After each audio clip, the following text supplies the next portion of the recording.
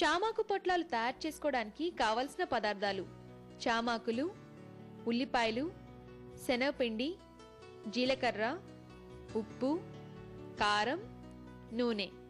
Garnish కోసం carrot ముక్కలు, వామాకులు, ఉల్లిపాయ.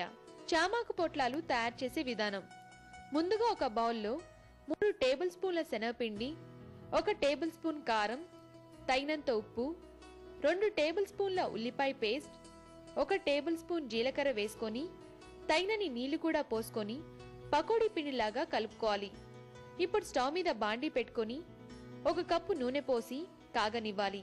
ఆ తర్వాత చామాకులు తీసుకొని వాటిని శుభ్రం చేసి కలుపుకున్న మిశ్రమాన్ని ఆకుకి రాసుకొని ఫోల్డ్ చేసి మళ్లీ రాసుకొని దీనిని పొట్లంలా తయారు చేసి దారంతో చుట్టి కాగి నూనెలో వేసి డీప్ ఫ్రై చేసుకోవాలి. చివరిగా తయారైన చామాకు పొట్లాల్ని ఒక ప్లేట్లోకి తీసుకొని క్యారెట్ ముక్కలు, ఉల్లిపాయ, వామాకులతో గార్నిష్ చేసుకోవాలి. అంతే, ఎంతో రుచిగా ఉండే చామాకు పొట్లాలు రెడీ.